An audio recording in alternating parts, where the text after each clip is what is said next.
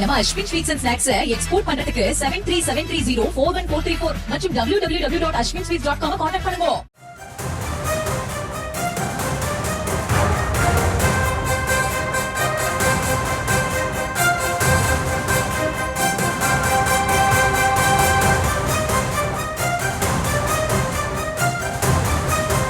மற்றும் ஒரு அண்மை செய்தி, மதுரை திருநகரில் உள்ள அறிஞர் அண்ணா பூங்கா பெயர் மாற்றம் தொடர்பாக எதிர்க்கட்சித் தலைவர் இபிஎஸ் கண்டனம் பதிவு செய்திருக்கிறார். அதை அண்மை செய்திகளாக பார்க்கிறோம். விவரங்களை நம்முடைய செய்தியாளர் லதா வழங்க நாம் கேட்கலாம். லதா, இபிஎஸ் தன்னுடைய கண்டன அறிக்கையில என்னென்ன விஷயங்களை குறிப்பிட்டிருக்கிறார்? வணக்கம்.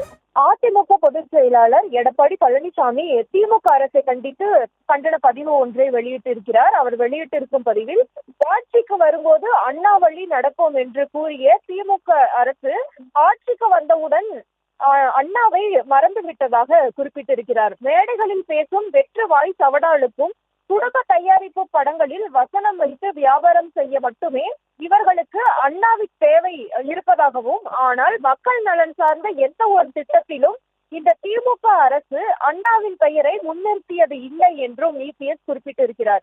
அதிமுக திட்டங்களுக்கு ஒட்டிய ஸ்டிக்கர்களில் கூட தன் தந்தை கருணாநிதி பெயரை வைத்தாரே தவிர அண்ணாவின் பெயரை வைக்கவில்லை என்றும், தற்போது ஒரு படி மேலே போய் மதுரை மாநகரில் இருக்கும் அறிஞர் அண்ணா பூங்கா என்ற பெயரில் உள்ள அறிஞர் அண்ணாவை நீக்கிவிட்டு, அந்த பெயரில் உள்ள அறிஞர் அண்ணாவை நீக்கிவிட்டு சாம் பூங்கா என்று பெயர் வைத்துள்ளது இந்த திமுக அரசு என்றும் இபிஎஸ் குறிப்பிட்டிருக்கிறார்.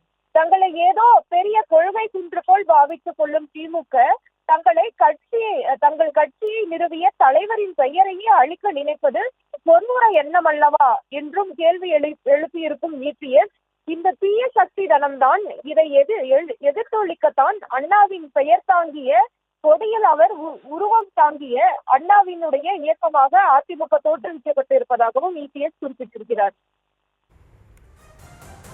தற்போதைய விவரங்களுக்கு நன்றி லதா. நம்ம Ashwin sweets and snacks export பண்றதுக்கு 7373041434 மற்றும் www.ashwinsweets.com கான்டாக்ட் பண்ணுங்க.